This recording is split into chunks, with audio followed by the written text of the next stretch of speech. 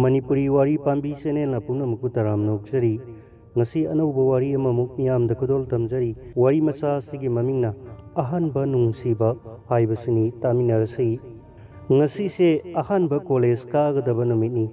wakhalgi atiyada thamoigi yengbagi penba naidraba punsida amuk tillurani khanbada wakhal thamoi se nungaiba amadi faujari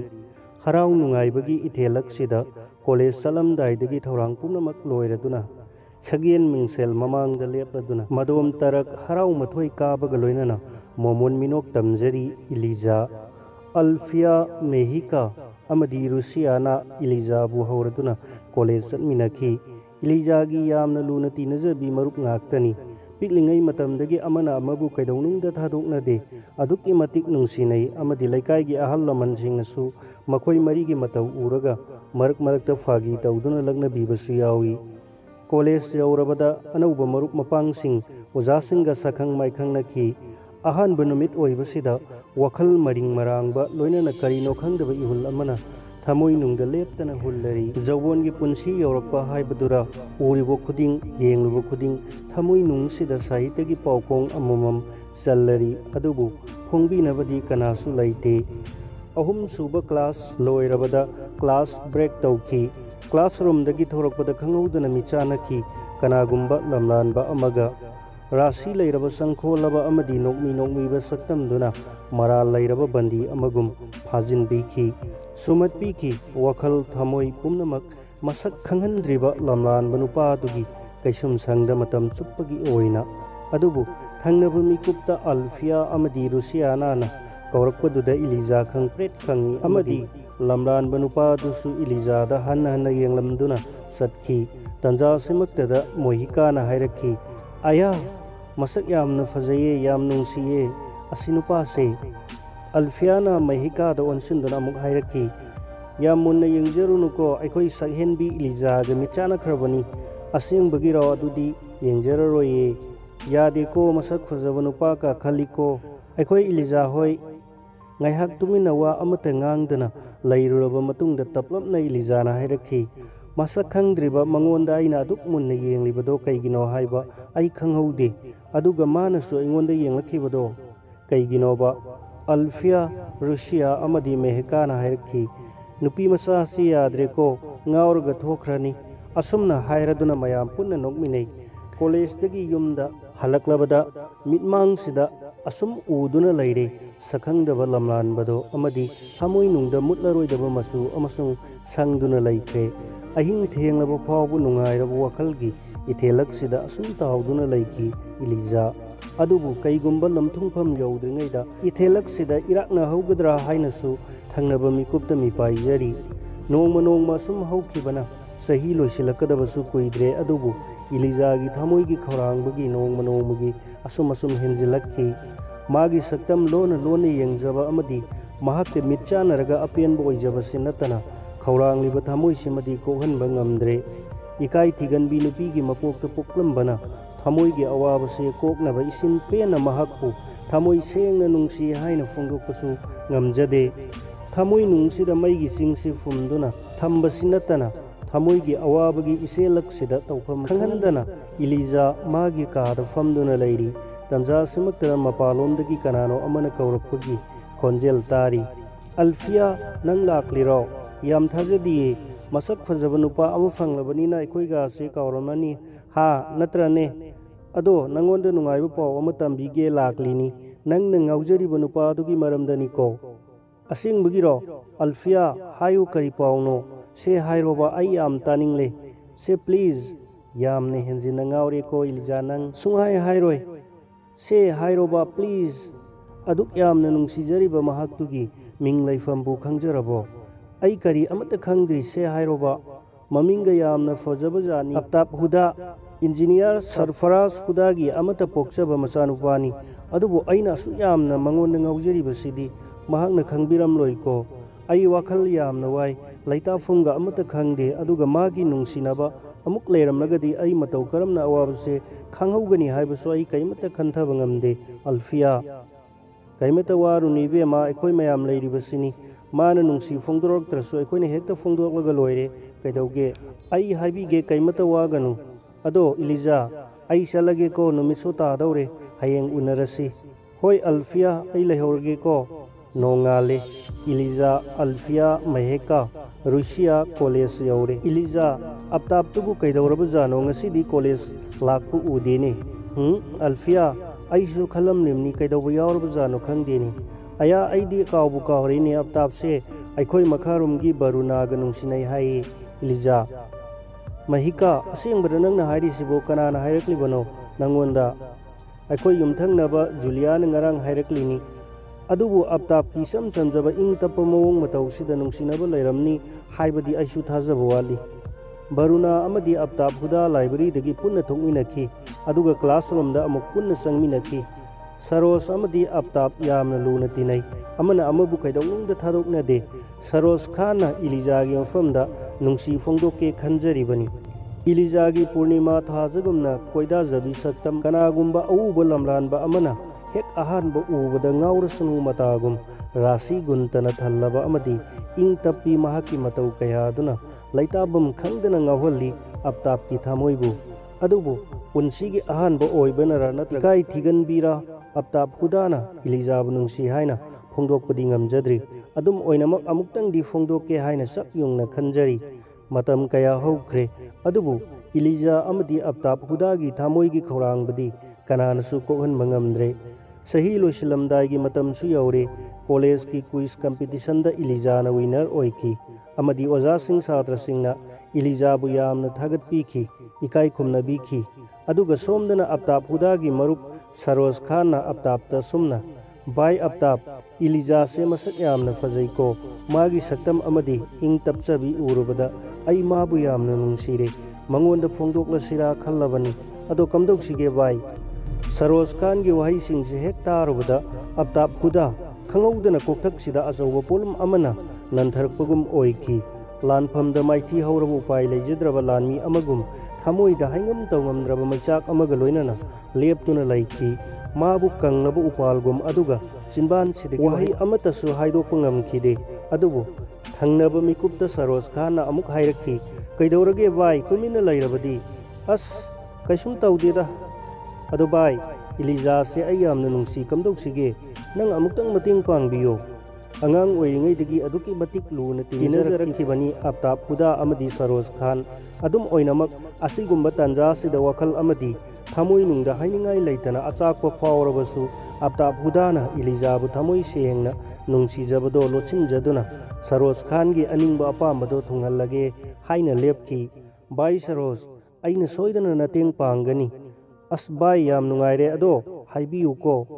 class break ꯂꯣꯏꯗꯨꯅ ꯕꯦꯜ ꯈꯤꯡꯂꯛꯈꯤ꯫ ꯑꯞꯇꯥꯞ ꯑꯃꯗꯤ ꯁꯔꯣꯖ ꯈꯥꯟ ꯀ꯭ꯂꯥꯁꯇ ꯄꯨꯟꯅ ꯆꯪꯃꯤꯟꯅꯈꯤ꯫ ꯅꯣꯡꯉꯥꯜꯂꯦ꯫ ꯏꯂꯤꯖꯥ ꯑꯃꯗꯤ ꯃꯃꯥꯟꯅꯕꯤꯁꯤꯡ college ꯌꯧꯔꯦ꯫ ꯀꯣꯂꯦꯖꯀꯤ get ꯌꯧꯔꯕꯗ ꯑꯞꯇꯥꯞ ꯍꯨꯗꯥ ꯑꯃꯗꯤ ꯁꯔꯣꯖ ꯈꯥꯟ ꯂꯦꯞꯇꯨꯅ ꯂꯩꯔꯝꯈꯤ꯫ ꯑꯞꯇꯥꯞ ꯍꯨꯗꯥꯅ ꯍꯥꯏꯔꯛꯈꯤ, ꯏꯂꯤꯖꯥ, ꯑꯃꯨꯛꯇ ꯉꯥꯏꯕꯤꯈꯣ, ꯀꯩꯅꯣꯝꯇ ꯍꯥꯏꯍꯧꯒꯦ꯫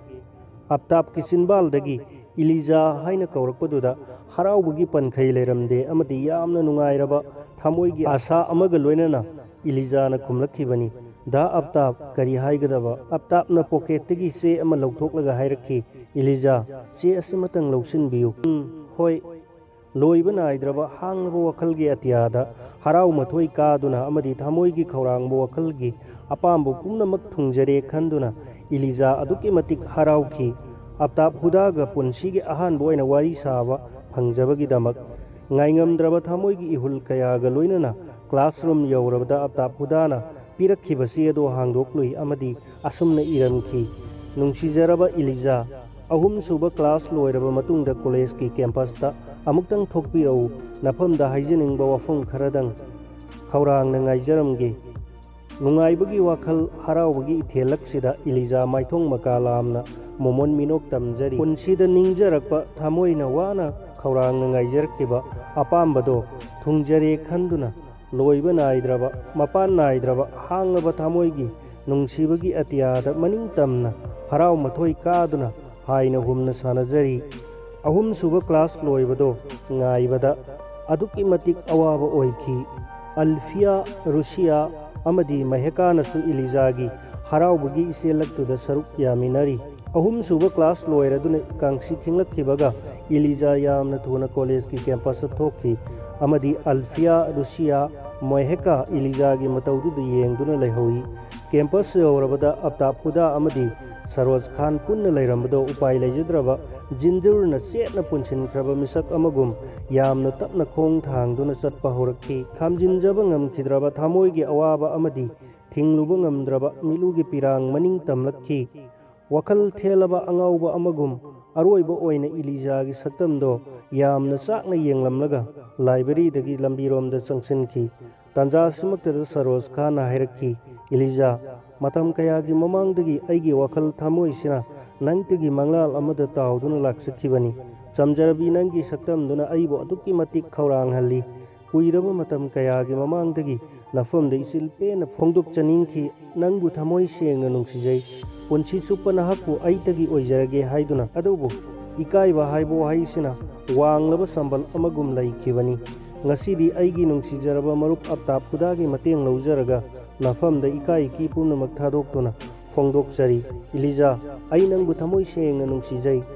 khanjaramba thamoigi wakhal sagatcharamba asagi manglal mikup simaktada mami samkhiba khangaude upai leijaramdraba miludagi pirang si susintaba horakki adubu thangnaba mikupta Iliza chinban gi wahai amata phongdoklamdana classroom gi maikaida sensinki aduga Saroj Khan nasu Iliza bu kaidorabano haiduna leptuna leihoi Iliza gi mataududa Alfia Rusia amadi Maheka su thamoi sokna Iliza gi manakta famladuna Iliza bu themjinbiri matamna kanabu sungaibiba taudana leptuna sum chatkibana matam kaya hokre adum oinamak Iliza gi awaba khangbiba Iliza gi thamoi bu ingthanba ngamba kanasu lakidre khangjari Iliza thamoi nungda prok prok sakna sahi loisilamdai matam yorakle imanaba imanabi kaya kainarani amadi Aptab Hudagi saktamso amuk hana ubu phanglaroi khallubada Iliza amukasu hena thamoi nungda langtaknari pumnamakse oidunasu Ilizagi thamoina amuktangdi Aptab Hudagi thamoigi khaurangba nungsibagi saktamse amuktangdi phongdokke haina ngasisi college sidagi kainabagi aroiba numitni satra satri amadi oja khudingmakki maithongda kainaramdaigi langtaknabana tawfam khangdraba saktam oina uri pumnamaksigi manungda Ilizagi thamoidi kari oiramgani supnagi saitheng amatang khangbada miluda firang sinthari aroibo oina Aptab Hudagi saktamdo amuktang oirabasu yengjahoge khanjaduna Iliza koina satuna Aptab Hudagi leifam thiri ningamdabagi saitheng kainaramdagi awaba amadi langtaknaba mayam sigaloinana Aptab Huda khanjari thamoi nungsida machin thauraba tajinna thingai khibagi saitheng amagum pumnamakse Saroj Khan gi aningbada yetluba pamludabagi damaktani ko ngasi aina wajaribase asumna awaba wakhalgi ithaksida iraknaduna leiringai Ilizana Aptab Hudagi mitmangda leptuna leirambado ubada ngakngakthi amadi thamoi nungda awaba nungaitaba pumnamakpu lochinjaduna thamlaga nokmiba maithongda hairakhi Ilizagi mafamda Iliza kamdauri nungairi ko ngasigi farewell party se nungsi ko ngasidagi di akhoi pumnamak kainaragani kaigumba kainaba haibu wahi se leiramdrabadi punsi se yamna nungairamgani ko loinaidraba awaba saitheng kayagi maraksida mikupsida amuk Aptab Hudagi sinbalgi wahi tabada sintharakli miluda pirang se loibanaidana sinbandagi wahi amata phongdokpadi ngamdana lengdraba murtigum Iliza Aptab Hudada yengduna lairi kaidaurage Iliza tuminna lairadi upai leijadraba Ilizana tablakna tanikpa khonjelda maithong lukthaduna hairakhi da Aptab ngasidagi di aikoi mayam se lapnarani ko ngasi se mioi kharagi di harau nungaiba numit ama oirabasu aigi ifamdadi punsi chupagi kaidoningda kauthokpa ngamlaroidaba ningamdana leihoragadaba numit ama oina leihorani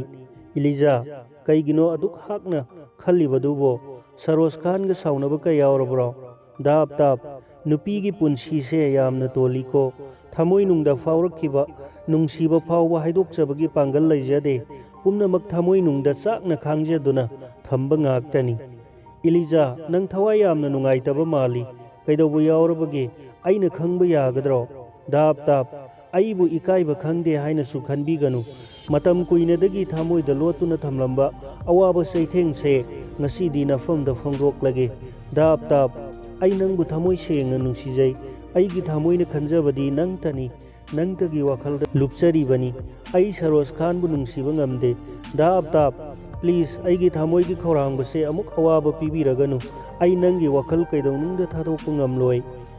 ꯋꯥꯍꯩꯁꯤꯡꯁꯦ ꯍꯦꯛ ꯍꯥꯏꯕ ꯂꯣꯏꯈꯤꯕꯒ ꯏꯂꯤꯖꯥꯒꯤ ꯄꯨꯔꯅꯤꯃꯥ ꯊꯥꯖꯒꯨꯝ ꯅꯤꯡꯊꯤꯔꯕ ꯃꯥꯏꯊꯣꯡꯗꯣ ꯏꯒꯨꯝꯅ ꯉꯥꯡꯈꯤ ꯑꯗꯨꯒ ꯃꯥꯏꯊꯣꯡ ꯂꯨꯛꯊꯗꯨꯅ ꯂꯩꯈꯤ ꯑꯞꯇꯥꯞ ꯈꯨꯗꯥꯁꯨ ꯆꯤꯟꯕꯥꯟꯗꯒꯤ ꯋꯥꯍꯩ ꯑꯃꯠꯇ ꯍꯥꯏꯗꯣꯛꯄ ꯉꯝꯗꯅ ꯏꯂꯤꯖꯥꯗ ꯌꯦꯡꯗꯨꯅ ꯂꯩꯈꯤ ꯃꯤꯆꯤꯛ ꯃꯤꯔꯥꯎꯈꯣꯜ ꯇꯥꯗ꯭ꯔꯕ ꯑꯍꯤꯡꯒꯤ ꯁꯛꯇꯝꯒꯨꯝ ꯉꯥꯏꯍꯥꯛ ꯇꯨꯃꯤꯟꯅ ꯂꯩꯅꯈꯤ ꯊꯪꯅꯕ ꯃꯤꯀꯨꯞꯇ ꯑꯞꯇꯥꯞ ꯈꯨꯗꯥꯒꯤ ꯊꯃꯣꯏꯗ ꯈꯟꯈꯤ ꯀꯔꯤꯒꯨꯝꯕ इलिजागी वफमसिदा अइना अयाब पीरुब तारबदी अंगांग ओइरिङैदगी लूना तिनरखिबा सरोज खानगी थमोइना करीनी हाइना खनखिनी अइगी थमोइसिना अवाब चैथें कया खांगलबसु सरोज खानगी थमोइगी अपाम्बदी थुंजब ओइसनु पुम्नमक्से कयारक हन्ना खल्लब मतुंगदा थमोइगी अवाब पिरांग पुम्नमक्सिगी तुंग ओइनदुना थमलमलगा इलिजागी थमोइना अहोंगब नाइखिसनु खल्लदुना यामना चाकना अप्ताप खुदाना सुमना हाइरक्खि इलिजा नंगी थमोइबु अइना कायहनबनी हाइनदी खनगनु अदुबु अइगी पाउखुमसे तारगा अइबु लाना लौबिगनुको अइना बरुनाबु यामना नुंगसी माबु थादोकप ngamloi प्लीज अइबु लाना लौबिगनु वाई सिंगसे ताबदे इलिजा मिलुदगी पिरांग लेप लेतना सिंथरखी अदुबु चिनबालदगी वहाई अमत फोंदोकपदी ngamlamde अप्ताप हुदाना अमुक हाइरखी इलिजा नंग अइबु लाना लौबिगनु अइगी नुंगसिरब मरुप सरोज खानगा थुंगनबा ओयुको अइ चलगे चिनबानद मोमोन नोकलबसु थमोइ नुंगद सैथेंगसिगी चाइनासे खांगब ngamददुना थिंगलुब ngamद्रब मिलुगी पिरांग कया सिंथदुना अप्ताप हुदा इलिजागी मिनमांगदगी लापना तामखी निंगमद्रब मैचाकसिगी चैथेंगलक्सिदा अवाब कयासे मायोकनदुना यामना वाना खांगजरी इलिजा मतम कया हौख्रे अप्ताप हुदागी सक्तम अमदी खोंजेलसु ताबु फंगखिद्रे लाइक मखा तमनबा अप्ताप हुदा मिरमदा चटख्रे इलिजासु इम्फाल कॉलेजदा लाइक मखा तमथखरे सही मंगागी मतुंगदा असुक कुइरब मतमसे थमोइगी अवाबसिगी इसेलक्ता अप्ताप खुदागी सक्तमदो अरोइब सैथेंगसे खांगदुना लाखिबनी अदुबु खौरांगलिब थमोइसिना महाकी नुंगसिजरब सक्तमदो अरोइब ओइना अमुक्तंग उजब फंगलबदी पुन्सिसिदा पोकपगी मही यालगनी खंजरी इलिजागी थमोइ नुंगदा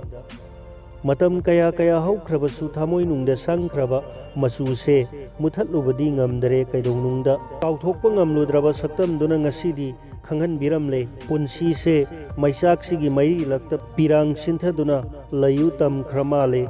अदुम ओइनमक निंगसिंगबसिना माबु थमोइ सेंगना नुंगसिजरुबगी महिनी हाइना खंजरगे नुंगसिरब मरुप सरोज खान नहाकीदी निंगजब खुदिंग थुंगलमलनी को अदुबु अइगी पुन्सिददी मिलुगी पिरांगतना इराकना हलबसु नंगी याइफब उरगा चिनबालद momo नोक्तुना खांगलगे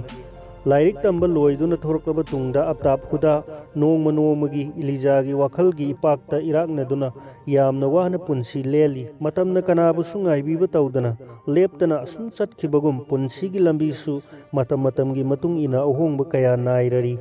तुंगदा करीबु तमलिगबा कनानासु खंगब ngamjade hayengna kari hangsetna kari पुमनमक मपु महाकी खुजिल थौरांगनी हाइनबलई लाइबक्तबु तमलमलबदी कनानासु थिंगलुब ngamde असुमना नोंगम इखंग खंगहौदना मतम कुइरबगी तुंगदा थेंगनरमी अप्ताप हुदा अमदी इलिजा रुशिनागी लुहोंगब नुमिनी अप्ताप हुदागी सक्तमदो उजब फंगलबदा पुन्सिगी अनिंगबा अमदी अपाम्ब पुमनमक थुंगजरे हाइना थमोइ नुंगदा खंजखी हराउब नुंगाइबना थुमतखी इलिजा अदुबु थंगनब मिकुप्ता रुशिनाना हाइरखी इलिजा अप्ताप नत्रने असोमदा चंगलिबसिबो मानी रुशिना अदो आई कौगे को दा अप्ताप थाजदिए उदब यामना कुइरे सक्क लोइना ओलमले कैदोंगै थोलकलिबनो रुशिना हैप्पी मैरिज सेरेमनी अइगी मरुप अमना ngasi नंगी लुहोंगब नुमिने हाइरकपदगी नोइ मयाम उदब कुइरे खन्ना लाकपनी अदो नुंगाइरी को रुशिना होय अइबुदी याम नुंगाइरिये अदो इलिजाददी अवा नुंगाइ हंगलरोय राव निंगमदबगी सक्तम कयादो लोछिनदुना नुकमी नोंगमीब माइथोंगदा हाइरखी इलिजादो ओनसिनदुना इलिजा कमदौरी नुंगाइरी को दापताप अइगी पुन्सीदी नुंगाइबगी सरुक तंबिरमद्र माले पुन्सीसे अवाबगी सेलक्सिदा असुम इराकनौ तमलमल माले ꯑꯗꯨꯕꯨ ꯑꯩꯅ ꯃꯔꯝ ꯑꯣꯏꯔꯒ ꯃꯤ ꯑꯃꯒꯤ ꯑꯅꯤꯡꯕ ꯑꯄꯥꯝꯕꯗ ꯌꯦꯠꯄ ꯄꯤꯕꯗꯤ ꯄꯥꯝꯖꯗꯦ, ꯑꯗꯨꯒ ꯆꯥꯎꯈꯠꯆꯗꯕ ꯊꯃꯣꯏꯁꯦ ꯑꯋꯥꯕ ꯈꯥꯡꯕꯁꯨ ꯌꯥꯝꯅ ꯍꯩꯔꯦ꯫ ꯑꯇꯣꯞꯄ ꯆꯩꯊꯦꯡ ꯀꯌꯥ ꯀꯌꯥ ꯂꯥꯛꯂꯕꯁꯨ ꯑꯋꯥꯕ ꯈꯥꯡꯒꯅꯤ ꯍꯥꯏꯕꯒꯤ ꯆꯤꯡꯅꯕ ꯀꯔꯤꯁꯨ ꯂꯩꯖꯗ꯭ꯔꯦ꯫ ꯑꯣ ꯁꯣꯔꯤ, ꯌꯥꯝꯅ ꯍꯥꯏꯈ꯭ꯔ ꯃꯥꯜꯂꯦ, ꯁꯥꯎꯅꯨꯀꯣ ꯗꯥꯞ꯫ ꯑꯗꯣ ꯕꯔꯨꯅꯥꯒ ꯊꯨꯡꯅꯗꯧꯕ ꯀꯌꯥ ꯋꯥꯠꯂꯤꯕꯒꯦ? ꯂꯣꯠꯇꯨꯅ ꯊꯝꯖꯔꯝꯕ ꯏꯂꯤꯖꯥꯒꯤ ꯄꯨꯟꯁꯤꯒꯤ ꯑꯍꯥꯟꯕ ꯊꯃꯣꯏ ꯁꯦꯡꯅ ꯅꯨꯡꯁꯤꯖꯕꯒꯤ ꯁꯛꯇꯝꯗꯣ ꯃꯤꯀꯨꯞꯁꯤꯗ ꯄꯨꯝꯅꯃꯛ ꯎꯠꯊꯣꯔꯛꯈꯤ ꯃꯥꯏꯊꯣꯡꯗ꯫ ꯑꯞꯇꯥꯞꯍꯨꯗ ꯁꯤꯟꯊꯔꯛꯈꯤ ꯃꯤꯠꯂꯨꯗꯒꯤ ꯄꯤꯔꯥꯡ, ꯍꯥꯏꯗꯣꯛꯄꯗꯤ ꯉꯝꯗ꯭ꯔꯦ ꯋꯥꯍꯩ ꯑꯃꯠꯇ ꯆꯤꯟꯕꯥꯜꯗꯒꯤ꯫ ꯑꯞꯇꯥꯞꯍꯨꯗꯥꯒꯤ ꯁꯤꯟꯊꯔꯛꯂꯤꯕ ꯄꯤꯔꯥꯡꯗꯣ ꯎꯕꯗ ꯏꯂꯤꯖꯥꯅ ꯍꯥꯏꯔꯛꯈꯤ, ꯗꯥꯞ, ꯀꯩꯗꯧꯔꯒꯦ? ꯑꯩꯒꯤ ꯋꯥꯍꯩꯗꯨꯗ ꯋꯥꯔꯧꯔꯕ꯭ꯔꯣ? ꯗꯥꯞ, ꯁꯣꯔꯤ, ꯄ꯭ꯂꯤꯖ꯫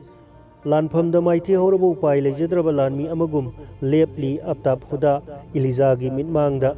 ꯊꯪꯅꯕ ꯃꯤꯀꯨꯞꯇ ꯁꯣꯔ ꯃꯄꯤ ꯑꯃ ꯁꯥꯡꯅ ꯍꯣꯟꯗꯣꯛꯂꯕ ꯇꯨꯡꯗ ꯁꯣꯟꯊꯥꯡꯅꯔꯕ ꯈꯣꯟꯖꯦꯜꯒ ꯂꯣꯏꯅꯅ ꯍꯥꯏꯔꯛꯈꯤ, ꯏꯂꯤꯖꯥ, ꯃꯇꯝ ꯀꯨꯏꯅꯒꯤ ꯃꯃꯥꯡꯗꯒꯤ ꯀꯅꯥꯁꯨ ꯈꯪꯍꯟꯗꯅ ꯊꯃꯣꯏꯅꯨꯡꯗ ꯐꯨꯝꯗꯨꯅ ꯊꯝꯖꯔꯛꯈꯤꯕ ꯑꯔꯣꯟꯕꯁꯦ ꯉꯁꯤꯗꯤ ꯅꯐꯝꯗ ꯐꯣꯡꯗꯣꯛꯂꯒꯦꯀꯣ꯫ ꯏꯂꯤꯖꯥ, ꯅꯪꯕꯨ ꯑꯍꯥꯟꯕ ꯎꯖꯕ ꯃꯤꯀꯨꯞꯇꯨꯗ ꯍꯥꯡꯗꯨꯅ ꯂꯩꯔꯝꯕ ꯊꯃꯣꯏꯅꯨꯡꯁꯤꯗ ꯅꯪꯒꯤ ꯁꯛꯇꯝꯇꯕꯨ ꯃꯇꯝ ꯆꯨꯞꯄꯒꯤ ꯑꯣꯏꯅ ꯌꯦꯛꯇꯨꯅ ꯊꯝꯖꯈꯤꯕꯅꯤ, ꯈꯟꯖꯈꯤꯕꯅꯤ ꯅꯪꯅ ꯑꯩꯒꯤ ꯊꯋꯥꯏꯅꯤ, ꯅꯪꯇꯅ ꯑꯩꯒꯤ ꯄꯨꯟꯁꯤꯅꯤ꯫ ꯃꯤꯀꯨꯞ ꯈꯨꯗꯤꯡ ꯅꯪꯇꯒꯤ ꯋꯥꯈꯜꯗ ꯑꯉꯥꯎꯕ ꯑꯣꯏꯈꯤꯕꯅꯤ ꯄꯨꯟꯁꯤꯁꯦ꯫ ꯑꯗꯨꯕꯨ ꯈꯪꯍꯧꯗꯅ ꯍꯨꯝꯂꯛꯈꯤꯕ ꯅꯣꯡꯂꯩ ꯑꯃꯒꯨꯝ ꯑꯩꯒꯤ ꯃꯔꯨꯞ ꯁꯔꯣꯖ ꯈꯥꯟꯒꯤ ꯑꯅꯤꯡꯕ ꯊꯨꯡꯖꯕ ꯑꯣꯏꯁꯅꯨ ꯈꯟꯗꯨꯅ ꯅꯐꯝꯗ ꯃꯤꯅꯝꯈꯤꯕꯅꯤ, ꯑꯩꯒꯤ ꯅꯨꯡꯁꯤꯕꯗꯤ ꯕꯔꯨꯅꯥꯅꯤ ꯍꯥꯏꯗꯨꯅ꯫ ꯏꯂꯤꯖꯥ, ꯑꯩꯕꯨ ꯂꯥꯟꯅ ꯂꯧꯕꯤꯒꯅꯨꯀꯣ꯫ ꯉꯁꯤꯗꯤ ꯅꯪꯕꯨ ꯊꯃꯣꯏ ꯁꯦꯡꯅ ꯅꯨꯡꯁꯤꯖꯕꯒꯤ ꯏꯊꯤꯜꯁꯦ ꯂꯣꯠꯇꯨꯅ ꯊꯝꯕꯁꯨ ꯉꯝꯂꯛꯇ꯭ꯔꯦ꯫ ꯑꯩ ꯅꯪꯕꯨ ꯌꯥꯝꯅ ꯅꯨꯡꯁꯤ, ꯃꯇꯝ ꯆꯨꯞꯄꯒꯤ ꯅꯪꯕꯨ ꯅꯨꯡꯁꯤꯗꯨꯅ ꯑꯗꯨꯝ ꯂꯩꯔꯅꯤ꯫ ꯏꯂꯤꯖꯥ, ꯑꯩ ꯅꯪꯕꯨ ꯊꯃꯣꯏ ꯁꯦꯡꯅ ꯅꯨꯡꯁꯤꯖꯩ꯫ ꯂꯣꯏꯕ ꯅꯥꯏꯗ꯭ꯔꯕ ꯍꯔꯥꯎꯕ ꯅꯨꯡꯉꯥꯏꯕꯒꯤ ꯏꯄꯥꯛꯇ ꯃꯅꯤꯡꯇꯝꯅ ꯍꯥꯏꯅ ꯍꯨꯝꯅ ꯁꯥꯅꯖꯔꯤ ꯏꯂꯤꯖꯥ꯫ ꯑꯞꯇꯥꯞꯍꯨꯗꯥꯒꯤ ꯋꯥꯍꯩꯁꯤꯡꯗꯣ ꯇꯥꯕꯗ ꯁꯤꯟꯊꯔꯛꯈꯤ ꯅꯨꯡꯉꯥꯏꯕꯒꯤ ꯄꯤꯔꯥꯡ ꯃꯤꯠꯂꯨꯗꯒꯤ꯫ ꯏꯂꯤꯖꯥꯒꯤ ꯍꯔꯥꯎꯖꯕꯗꯣ ꯎꯔꯒ ꯔꯨꯁꯤꯅꯥꯁꯨ ꯃꯣꯃꯣꯟ ꯅꯣꯛꯂꯤ꯫